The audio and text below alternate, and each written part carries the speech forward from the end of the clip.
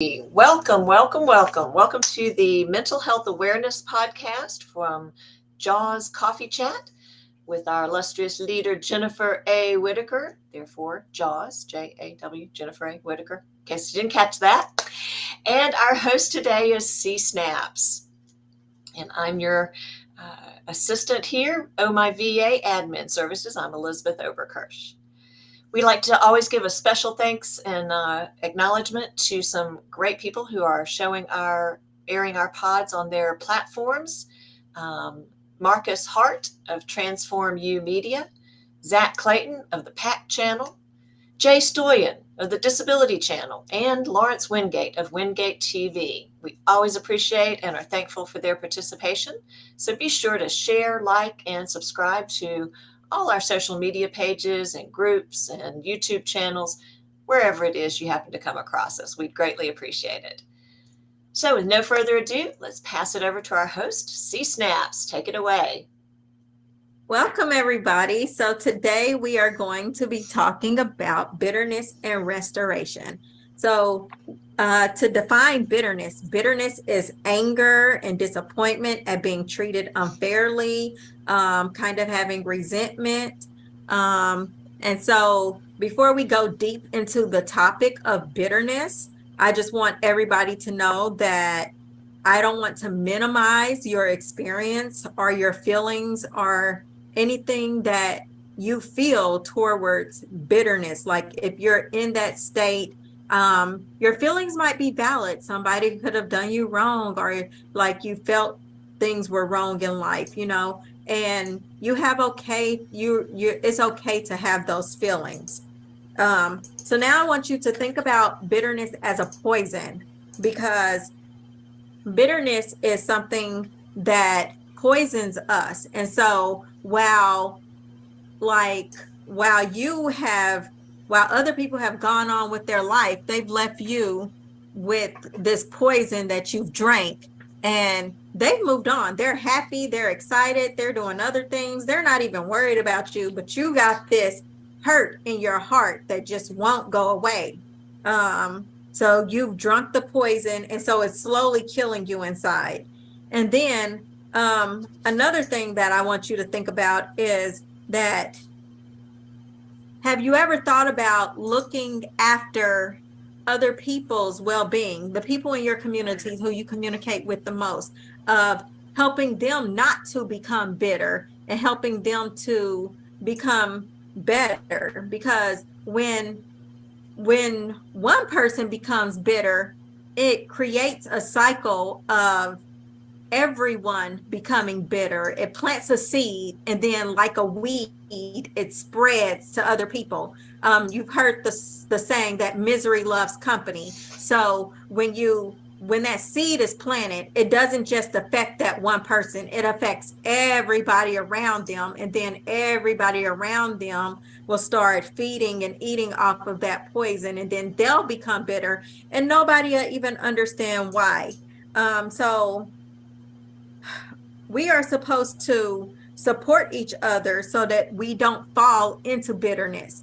And so, do you feel responsible for other people and them falling into bitterness? Is it something you have never thought about, or have you thought about, this is to EJ and Jennifer, have you ever thought about, helping others not to become bitter? Or is it something that you've never thought about? Or do you feel responsible for people who have become bitter, that who's bitter around you, or things like that? Have you seen people who are bitter, and do you feel responsible for that? So that's a lot to ask, but going off what I caught, I've seen cases like where September, almost a year ago, I was a victim of a crime. You remember that? So I have to admit, I feel as though I have bitterness towards him personally, but I don't believe that it made me a bitter person to say that I'm not out there helping people, whether it's somebody needing a job, it's somebody needing some kind of help. It's somebody who's trying to move and is a senior, so I just donate my labor to move the boxes for him because I'm strong and I work out. I mean, so I kind of see that there can be a mix of them. Do you see what I'm saying? Because there's that bitterness towards him that's wanting to have nothing to do with him. There's a bitterness towards the people that support his side of the story.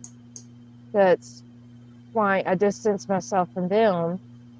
But there's no desire to go tell everybody the story because it's what you were talking about, where everybody follows the bitterness and gets in that mess. I believe is more problematic in small towns where that everybody is a lot smaller number of people. And it's more likely that everybody knows that somebody.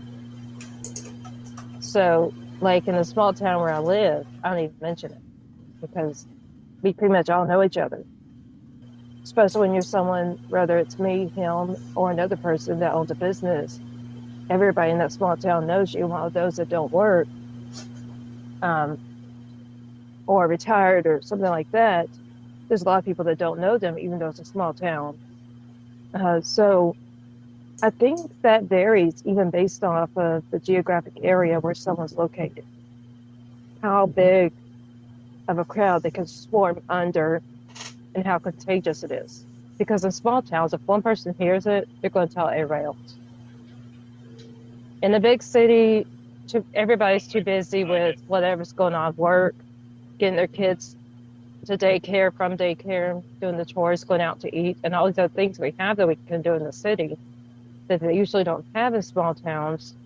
So people in the city usually don't have time to sit around and really gossip too much. And especially not enough to go tell the remaining, like I said, 10 million people in Houston, right? So But even in big I think there's, cities, you have niches where it spreads like wildfire. It may not hit the whole big city. Like my big city around me would be Raleigh. It might not hit everybody there, but there are the smaller niches and groups where that bitterness will still spread wildfire. well, I guess I was thinking in terms of the relativity to the size of the community.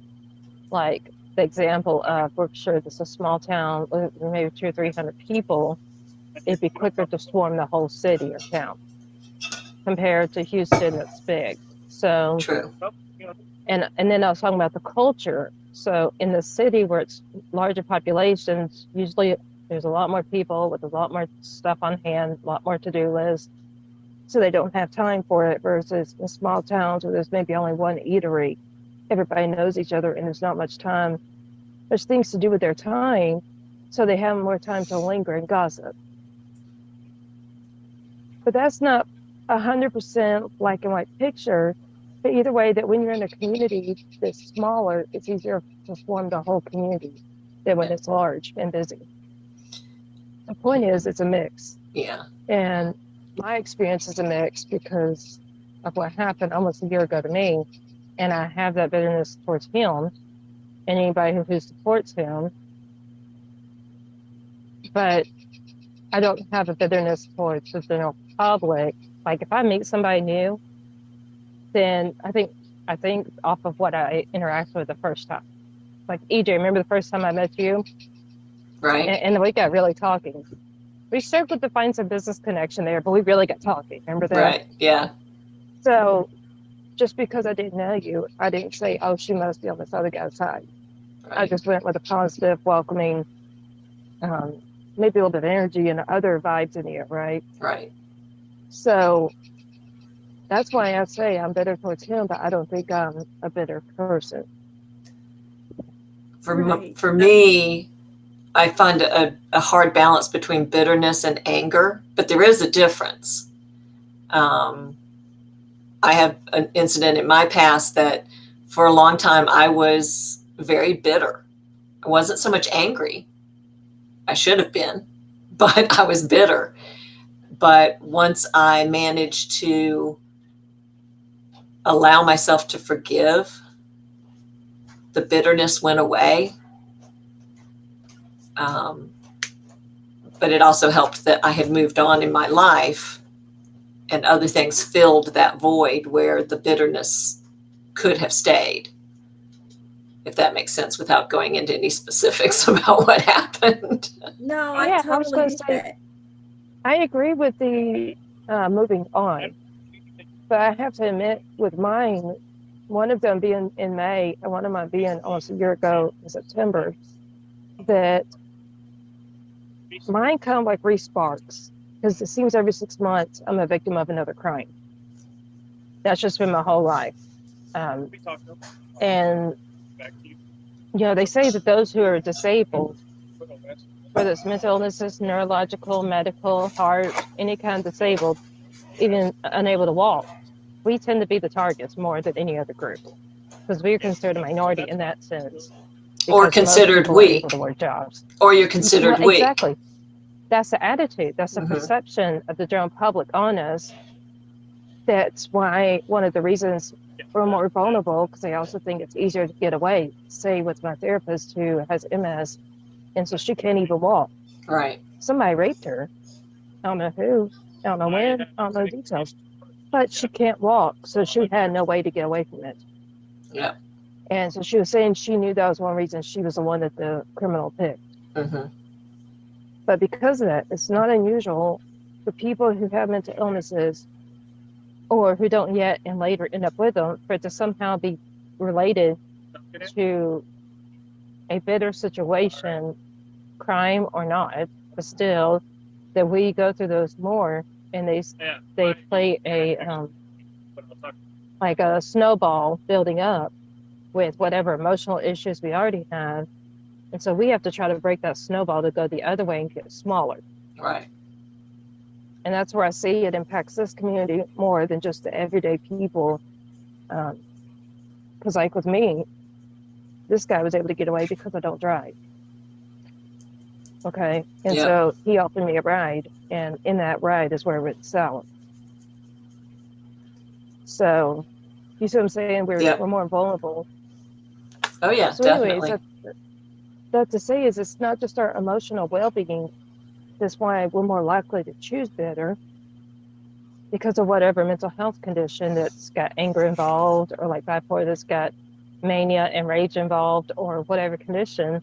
This is talking about because we are also some of the most ideal victims, because they can just wipe it off and say, well, she already had whatever condition. She already was angry. She already had problems. It's not my problem. I didn't cause it. So then that goes to, what do we do about that, right? Right. We build a Right. support system. Right. Have So, those certain people we can call on, or like with my case, my parents got me a track.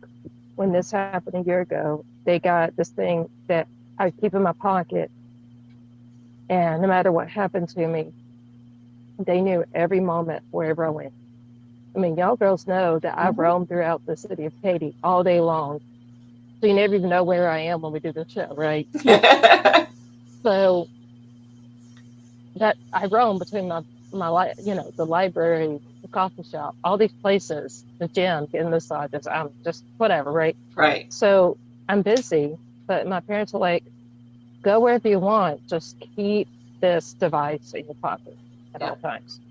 They said, don't put it in your purse, don't put it in any of the other stuff you tug around, because yes, it's very expensive and really hard to replace all those things you have in there, but they you can are be the moved thing away from you. But you are the one that we cannot replace. Right. And And they those said, no matter what we things, have to go through, we'll get everything replaced, but we can't replace you. and to be able to find you if you were to go missing, your things can get separated from you. Whereas see, they didn't your say pocket, that, but that's what they were thinking. yeah, But still, that goes to the ultimate, that I as a person meant something more than just the items I carry around, right? Right. Even though they're expensive. Right. So I roamed all I wanted after that bad day in September. I did my usual stuff, but knowing I had that device on me, and that it would alarm my parents if someone touched me, then they would be able to pinpoint right there the exact spot I am, and to say, called 911 and say, go to this location because this is where the device tracker shows she's located. Right. Like, they may not know what business it is, but they could know an address and that's where I was. So that was a comfort to me because I knew wherever I roamed doing the activities I like, they would know and not have a means to just hit it. And they would know to call 911 without having to communicate. And that'd just be my call to action. Right. So I don't know if the guy ever found out that I had that. But after getting that, he never even called or texted me or did anything. Whereas before he was trying to follow me on social media and stuff. So something about that scared him. See what I'm saying? Mm-hmm. Yeah. It comforted me, it scared him.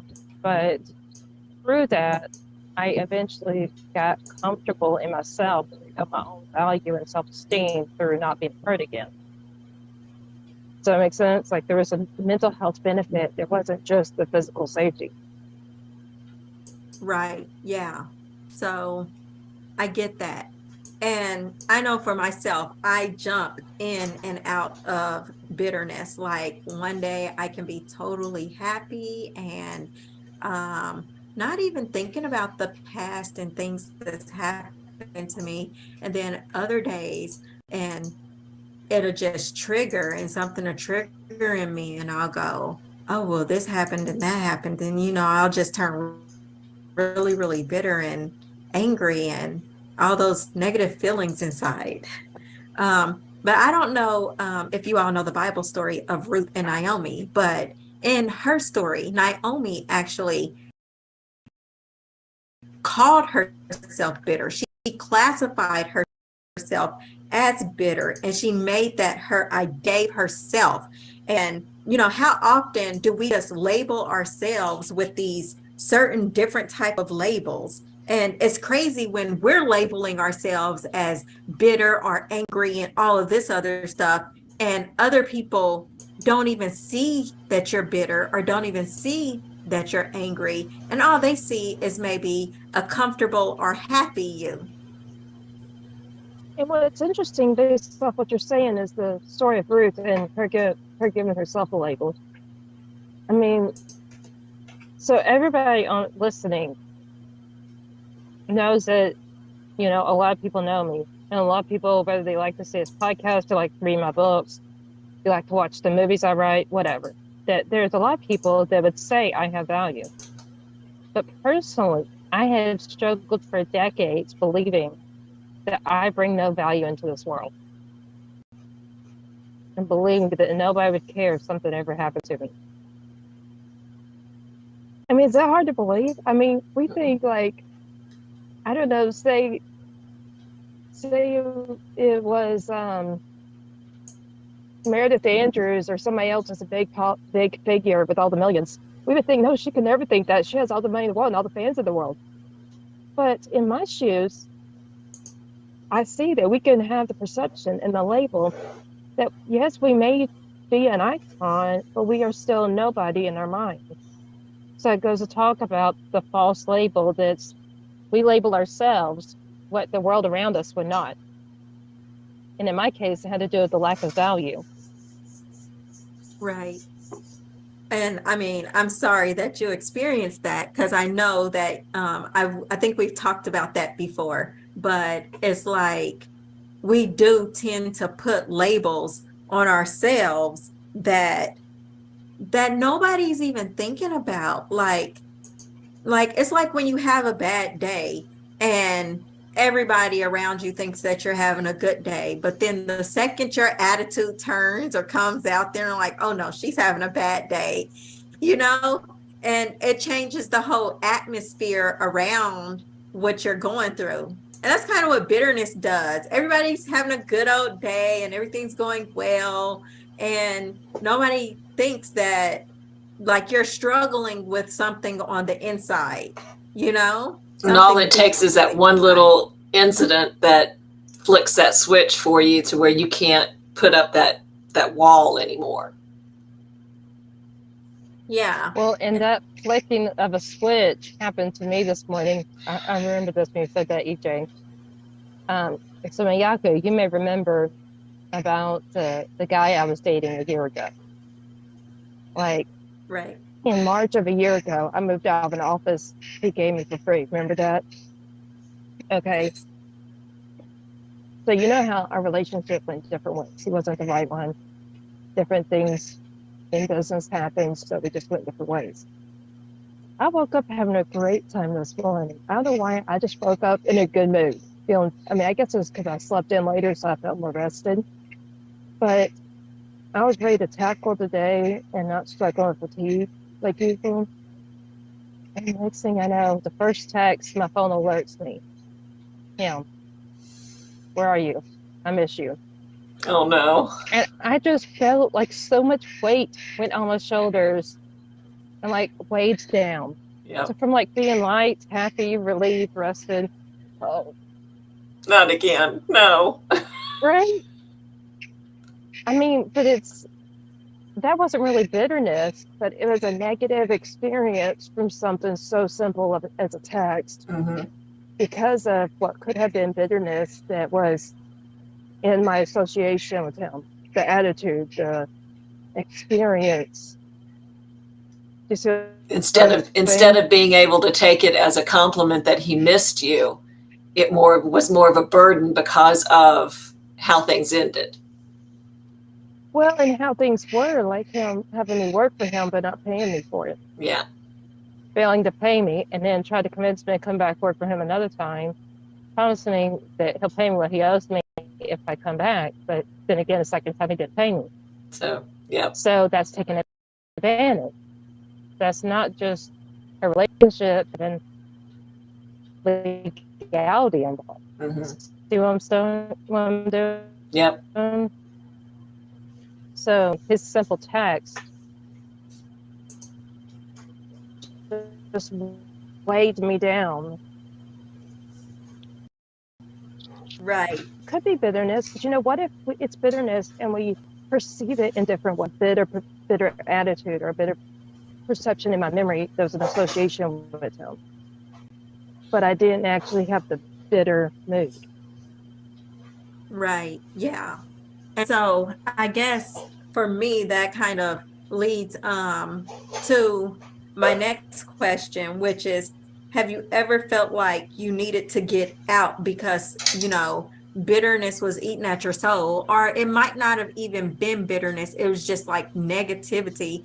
Like you say, sometimes you just really don't recognize it and it's just eating at your soul. And you need to do something about the negativity or the bitterness, and you just don't. You just sit there and be there and continue to go through the motions when you need to get out. I don't know if you've ever experienced the stuck place in your life where you felt that way. Yes, I had a couple of boyfriends. That guy was one, but because I felt like I needed him in order to have the office space I couldn't afford, because he was the only one that was willing to give it to me, knowing that, my financial situation, I have no way to get it, but I always dreamed of it. Anyways, but then there's another guy who was an 18-wheeler driver. He drove them. He had a bachelor's degree. He always wanted to be a teacher. And I had the inside connections with different people of influence to get him his dream job as a teacher, and specifically teaching what he was doing. And I had told him, I said, hey, since you're not seem to be staying in together, I'm gonna get you this job because I know the guy hiring it, and I did talk to him, and as long as you show who you really are and he likes the character, you're going to get a job. Oh, I can't go to an interview. Anyways, I talked him into it. He even has me come to the interview with him. But the decision maker knows me. And so I was going to get the job based off what I knew of the guy and the college needing those sort of skills, even though he clearly had anxiety. And that's how many of us that get quickly judged that we're not fit for a job because we're anxious. But that said, of course, he was taken on board. He was hired. Now being, I don't know, maybe 7, 8 years later, he still works there. So I got him his dream job. But where that turned around is that then he felt he didn't need me anymore. So then he got verbally abusive. And he started taking advantage of me, and like the rent, the apartment we had together that I just thought was so ideal to live in, right here in my favorite side of town, everything all around I want to do, walking distance, him driving me, us both being on our own schedule, so perfect of world. And in the snap, he just went to this, I don't need you kind of attitude. I'm just going to yell at you because you got that cat that's scratching the walls, and you're causing me too much stress and all this trouble. So you see where that goes? I helped him, but in return, I got something that then brought bitterness upon me, but it was a switch of his attitude. Right. And I mean, how else are we supposed to react besides they switch like that on us? If we're like, whoa, okay, on guard, what just happened and why are you this way towards me when I just basically made your dream come true? Right. Yeah, no, I get that. That's going back to like, well, that's helping other people. And then some people may not appreciate what you do. But that's still, that kind of goes into keeping your guard up. And also you have to put, I'm learning that you have to put good people around you, because some of these people in the world will kind of suck you dry. And so you have to know the right people to be around you so that it'll be a give and take and not just a give all the time, or a take all the time. But I think what the listeners need to know is that, yes, we kind of all know that, but how many of us can truly identify when somebody's needy, say that they're in poverty and need food, versus they're advantageous and taking advantage of it? Okay, or let's say with the example of the two guys I gave, they were doing things for me. You know, the one that I got the dream job, he was giving me free rides around. He was sharing an apartment with me, and he was paying the part that I couldn't afford, and I was paying the parts that I could afford, which are like the utilities and stuff. He paid the rent. We did things we both enjoyed, like watching TV and stuff. Okay, so how was I to in all that see that I was putting myself with someone better? And this goes on to other examples in life. You see what I'm saying? Where if it seems so smooth of a ride, you can't always see that it will be better. And that's where listeners need to get guidance, because no one, do I believe, they would knowingly put themselves in a give, take situation if they really knew that's what it was. Right. I mean, that's so true.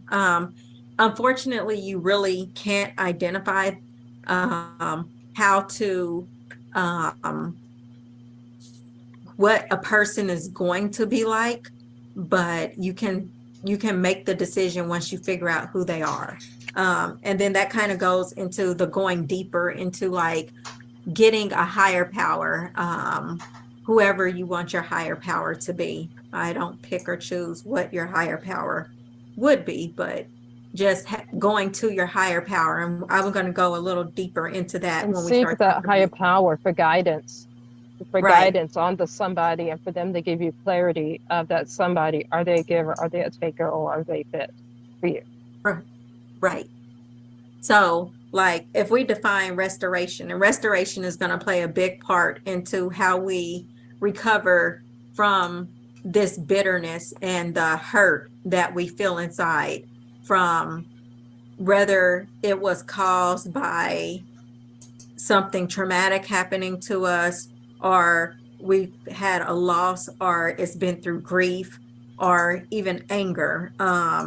This restoration is going to play a big part in how we come out of the bitterness. So restoration is defined as the act of returning something to a former owner, place, or condition. So we're trying to get back our peace by restoring our mind. So in order for us to get back our peace by restoring our mind, we need to focus on our thought patterns and what we think. And because what you think plays a big part into everything else. So I want to know if either of you have read the book called The Power of Your Subconscious Mind. No. No, I haven't. No, I hadn't even heard of it. Okay. So The Power of Your Subconscious Mind is a book that basically talks about how your thoughts have power, what you think has power. And it kind of goes, I've even gone a little bit further to say, you know, how God says you speak things into existence and things like that, you know? And so it's really about, what is your mind feeding on? Is it feeding on your past? Or is it feeding on, I know in the Bible verse, and I like it from the Catholic's public domain or something like that version of the Bible, but it's Philippians 4:8 and 9, where it says, whatsoever things are true, whatsoever things are lovely, whatsoever things are just.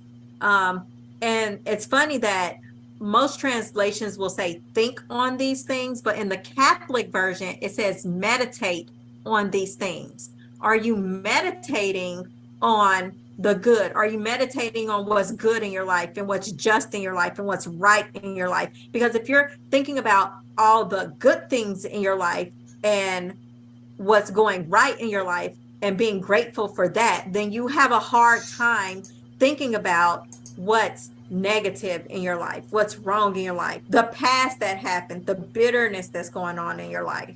Go. I was going to say, this is a good time to point out something you told me. So, you know how our different conditions, our mental health makes us think of the negative things. You know, like anxiety makes us magnify how bad that bad thing is. It's a big, huge problem, and it's really like that, right? It manifests in the mind. But when we have those, whether it's that or depression, whatever's the reason that we're focused on that something or many things that's bad, right? Thankfulness. Remember you told me about that? Yes. Thank you, higher being, for the house I live in. Thank you for the job I have. Thank you for the income I have, even if it's not from a job, so I can have food on my plate. And then there's other things that are a little bit more independent to each of us. But it's thanking God for something. Like, because, you know, I even go to find out, so there's something, an organization my mom works for. And if somebody doesn't have health insurance and doesn't have a means to pay for mental health care, that's when they end up as her client. So a lot of people don't even know that counties, at least in Texas, counties have a public mental health clinic where if you don't have the funds, and neither do you have insurance, not even Medicaid or Medicare, no way at all, to get the mental health services you need, therapy, psychiatrist, whatever. There are programs that are funded by the county taxes that provide that as at least one, if not more, locations within every county in Texas.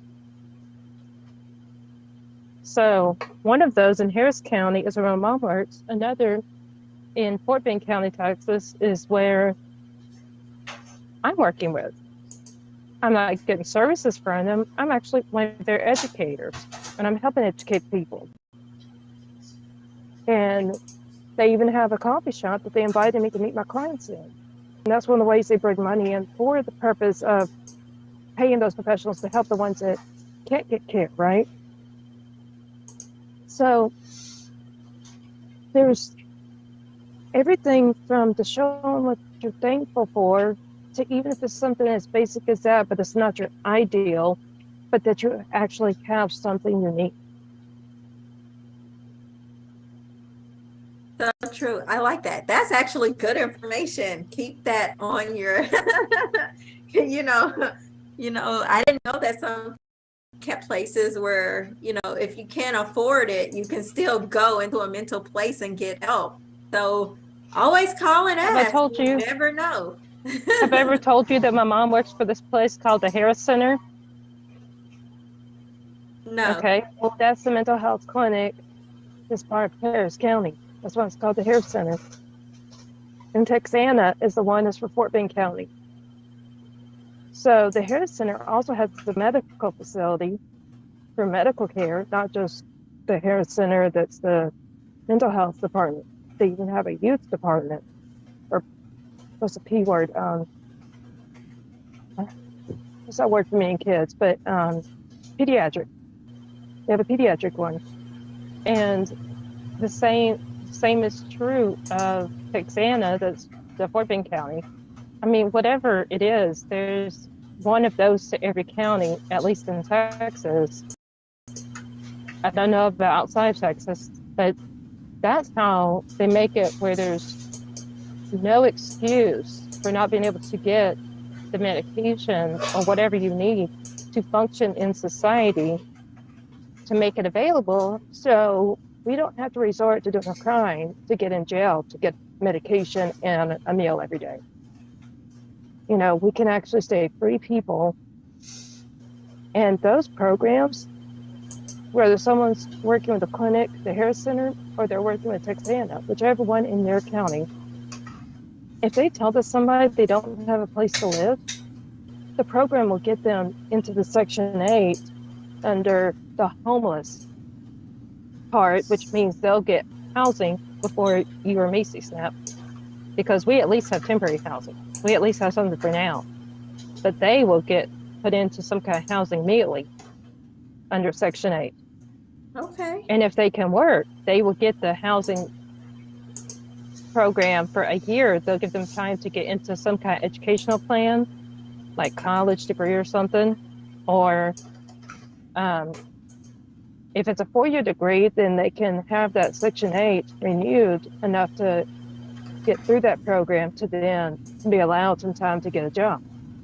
But in other words, it's a temporary one for those that can work. That's like a transition into the workforce to have your own place.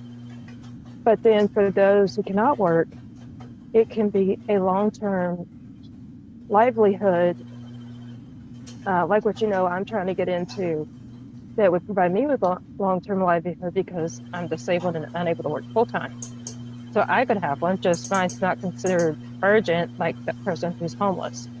So they get the priority over me, right? Only what's fair. For those that need it are the ones that are attended sooner. That's good information. So, just thinking about, like, what do you meditate on? Like, what are some of the things that you all tend to meditate on? I know for me, like, even with me meditating, when I have time to meditate, usually I just think about different things.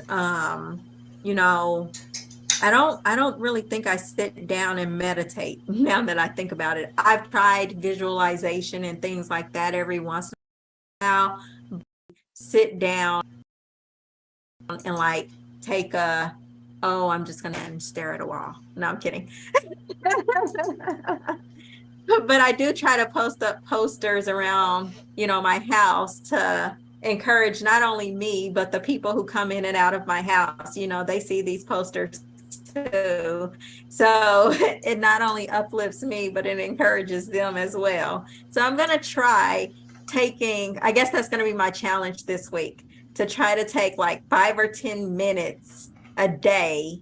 If longer, I'll try longer, but just to meditate on the good things in my life. Like, I do thank God, when I pray, I thank God for different things, but just a quiet meditation of how many good things can I bring to mind?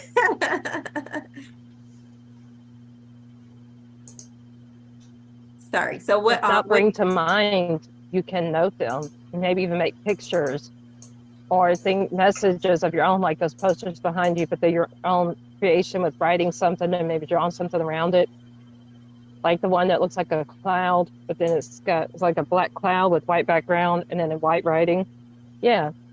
So see, that's stuff that somebody could draw without being an artist, you know, or even you and your whole IT thing, maybe you can digitally design it for your own like poster, right? And as long as you have a printer. I mean, there's things like that with those positive affirmations and thoughts that we can actually turn into some kind of art and put a reminder. Your system of reminders is the poster behind you right now, or the multiple ones, but still. Mine are things that I keep on my computer. So when I'm on my computer, I see those certain things, like what you've seen on my to-do list, and I've got those self-help goals and all that. And so we can bring some of that into our own lives with different kinds of art or tools, apps, all kinds of different stuff that's available now. I mean, I don't know, maybe there's even an AI for mental health now. I mean, I found one for interpreting dreams, and it actually analyzes what's going on with my mental health based on the topic of my dreams. I mean, so sometimes it tells me that it seems like there's some anxiety going on. Sometimes it tells me that there's some stress going on. And sometimes that's how I know what's going on with myself based on the dreams. I mean, there's so much we can do with so many different resources now that if you can't remember to focus on those positives, take note of them and use some of the many free tools to bring them back to your mind. What about a video recorder, right? Some of these apps that record your video of you saying positive affirmations to yourself, or a vocal recorder, one of the voiceovers or something, where you record it on an app that only records your voice saying something, and you hit replay when you're depressed or whatever, and you have the negative thoughts and the bitterness about somebody or something in life.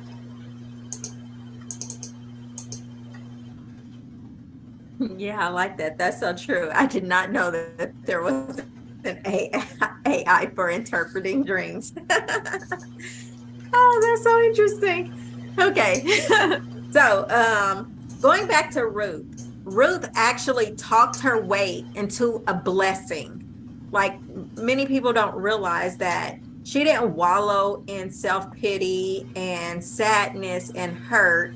She went and she was looking for favor, and not only looking for favor, she looked for favor so much that she talked her way into a blessing, which was marrying Boaz. But yeah.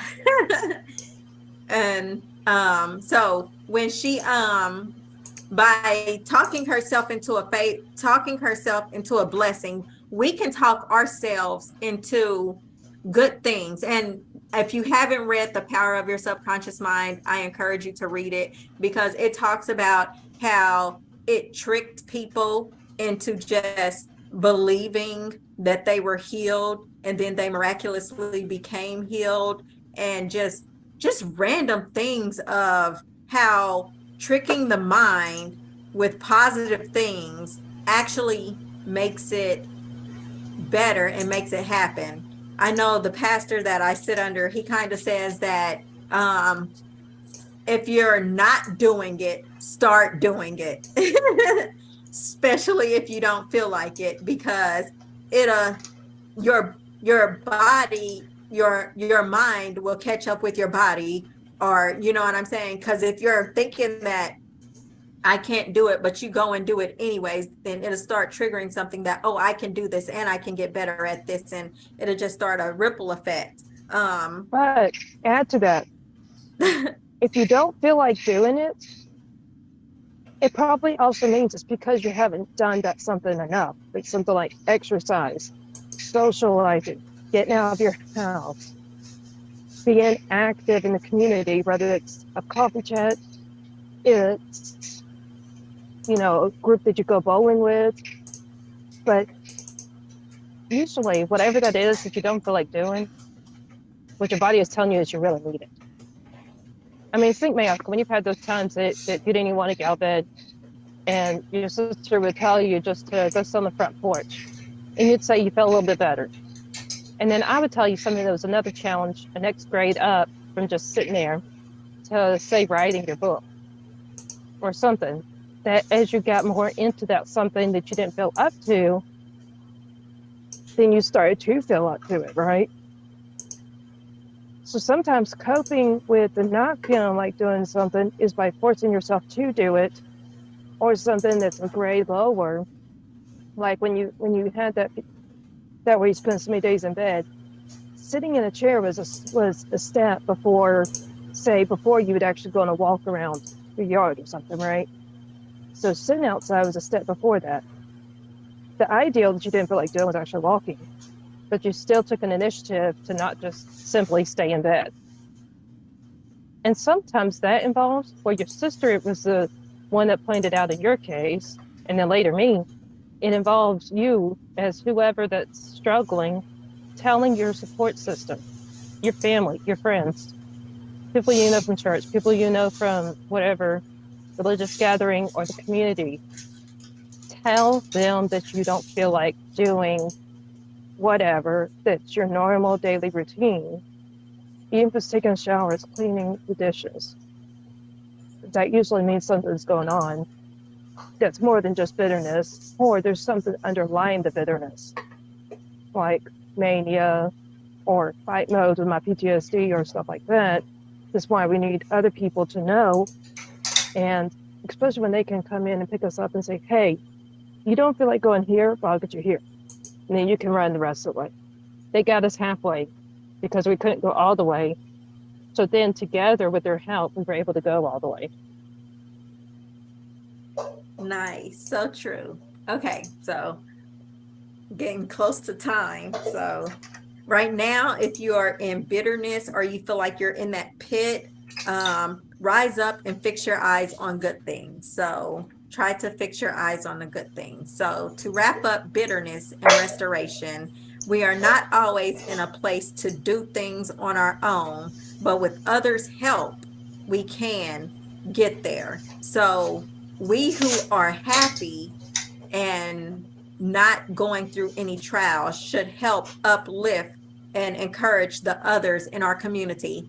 And your community could be as small as your family. Your community could be as big as a whole city, like Jennifer was saying. But, with the whole city, that's where the random acts of kindness comes in and things like that. But in your small, just in your small family or something like that, if you're happy, try to send those love and encouragement to other people. As I've heard from another pastor, I think it was Max Lucado, he would say things like, it was in his book, I think, Dealing with Difficult People, the ones closest to us are the ones we feel that hurt us the most. But if you can look past and get out of that bitterness and put yourself in a position to where it's more of you're doing things out of love. And like I said, when you're happy and you help others in your community to be happy if they're down, and those lonely times, when you're in your lonely times and you have no one around, start fixing your eyes on God and the good things. And I also want to say, I do believe in his book when he talks about, the people who hurt us the most and that are closest to us, it's usually because they've stepped over some type of boundary, which we will definitely get into boundaries probably in September or October timeframe. But just know that you can start by fixing your eyes on good things. And if you're already happy and you're that happy, optimistic person, then why don't you start spreading the love and joy to other people so that they can be just as happy as you are? Girls want to, I was just going to say one thing. No, somebody can be a happy person and a positive person as far as have a positive perspective on life, but that doesn't mean that they are 100%. Like my therapist says, I am positive. I give out positive charisma, and I would agree with her. encouragement, uplifting. So there's all this, right? So that's what different people describe. But does that mean I feel that way every day, every No, of moment? course not. No, because on the other hand, I can be that character of naturally who I am. And when I go in my depression, I think everything's wrong with me. I think Oh, I'm the worst sure. person on earth, and all these totally false opposite. I had a So total that's day what I like want that people to yesterday. know is, I was in the mode of, there you go. It's not just me. See? no, it's not just you. I was in, I'm a failure at everything. And it was just because one or two little things had happened, Yes. but I had this mentality of, I can't do anything. I'm a failure at everything. Why don't I just quit? I mean, not quit, but Yes. give up. Yeah. No, I know exactly what you're saying. I've done that before over my business. You've seen how quick we're growing, whether it's listeners, it's clients, it's whatever. And I'd be like, you know what? I don't have use for this world anymore. The world's better without me. Well, what would all these people do if I wasn't here, right? Exactly. Whether it's writing these books, it's making this podcast, whatever. Okay. There's a lot of people that we all know are somewhere involved in this circle around what the three of us and more do behind the scenes. But something my therapist pointed out is usually the lives you impact, you never know about. Yeah. Very like true. She was saying with me being an author, there are people, I have trackers that show my books are sold on the other side of the globe. Okay. Australia and Europe more than anywhere. Do you think I'm ever going to meet them when I don't even leave Houston? Or will they pick up pen and paper or the email and send you a notice back? No. But you'll still have impacted their life. Exactly. I still would have impacted them. But then again, it goes to the point that you don't have to be famous to impact lives that you may never know. Because for an everyday person, that could be going to your local Starbucks or the nail salon to get your nails done, and you held the door open for somebody and just smiled at them. Week, or just smiled at them. But let's say you held the door open because they're in a wheelchair. They didn't ask you and you didn't have to, but you did them a small favor. That doesn't even have to be a big favor, like moving their stuff into a pickup truck, like I did, right? Yeah. They can be that smile. But a favor can be very small like that and have a big impact, because how many times have we seen on here, we'll have serious faces and one of us gets grinning and it's only the all grin. Yeah. It's contagious. It is. And that's where the smiling at somebody, especially if they've done something wrong, they could just be having a bad day and they might have done why they did something wrong. It doesn't always mean they're a bad person or that they had intentions. The smiling could relieve them to be like, oh, she understands. I just, it's just one of those days. It's a Monday or whatever, right? Yeah. All right. Well, that wraps us up for today. Does anybody have any special announcements real quick before we sign off? Anything going on coming up that you want to share real quick? Yes. So everybody, I, Jennifer A. Whitaker, am working with Project Die Hard, where we're helping the veterans. We're looking for people to be on our show as guest speakers and to come regularly, however frequent you can, every other month, once a month, whatever. But these need to be people that want to do anything from helping behind the scenes, say in digital marketing, co-hosting, writing, whatever skill you have to bring. We're looking for guest speakers to be on regularly on the Project Die Hard. That's all about helping veterans that struggle with suicide and other issues related to mental illnesses, and related specifically to the veteran market of people.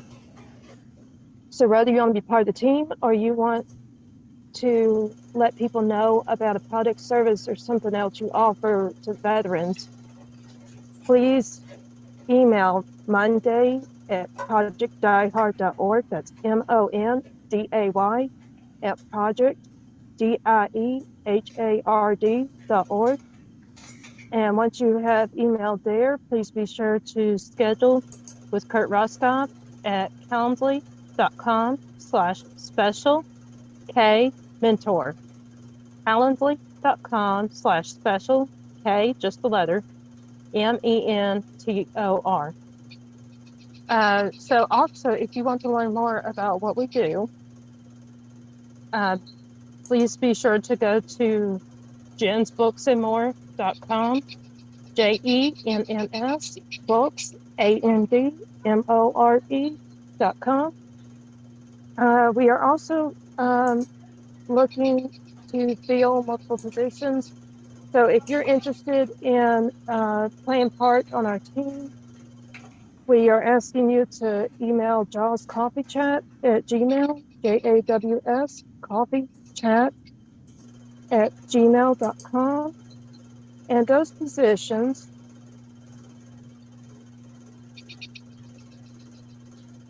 are one, a podcast assistant that would be like Miss Famous EJ, but working after 4 p.m. Central Time to do the same thing. And then there's also, we're looking for sponsors who want to support our podcast, and EJ will tell you where to go. Unless you're a company wanting advertisements, then you would need to email jensbooksandmore at gmail.com, JENNS books, ANDMORE at gmail.com. And as far as positions, we're recruiting. There's the podcast co-host, like Miss Famous EJ, and then there's also EJ that does recording and streaming and posting and getting on social media and all that stuff. And then there's a co-host like Mayaka that designs the message and writes the plan that we need after 4 p.m. Central Time, Monday through Friday. And then there's also a opportunity for a digital marketer to do everything from blogs, scheduling, social media posts, press releases, and so much more. And then we are looking for a publishing assistant, someone who will upload my books, upload my manuscripts, write a description, and all that to actually get my stuff published using the methods I teach you once I have written it. Because guess what? We got too much in this load to carry on without you. So if you're interested in any position working for Jen's Books and More or Jaws Coffee Chat, email us at jawscoffeechat at gmail, JAWS coffeechat at gmail.com. And anything related to Project Die Hard, be sure to email to Monday, MONDAY, at projectdiehard.org. And it's so long, and back to EJ for now. All right. Thank you, everybody, for being here with us or listening to our recording. Once again, there's special thanks to those airing our shows on their platforms: Marcus Hart of Transform U Media, Zach Clayton of the PAC Channel, Jay Stoyan of the Disability Channel, and Lawrence Wingate of Wingate TV. Be sure to share, like, and subscribe to all the various podcasts and our social media pages. And be sure to join us again next Monday for Mental Health Awareness. It's every Monday at 2:30 Central, 3:30 Eastern. So next Monday is the 28th of August. Just a heads up, we won't be here for Labor Day, but we will be here next week. So be sure to join us again. Talk to you soon. Thanks, everybody. Have a great week.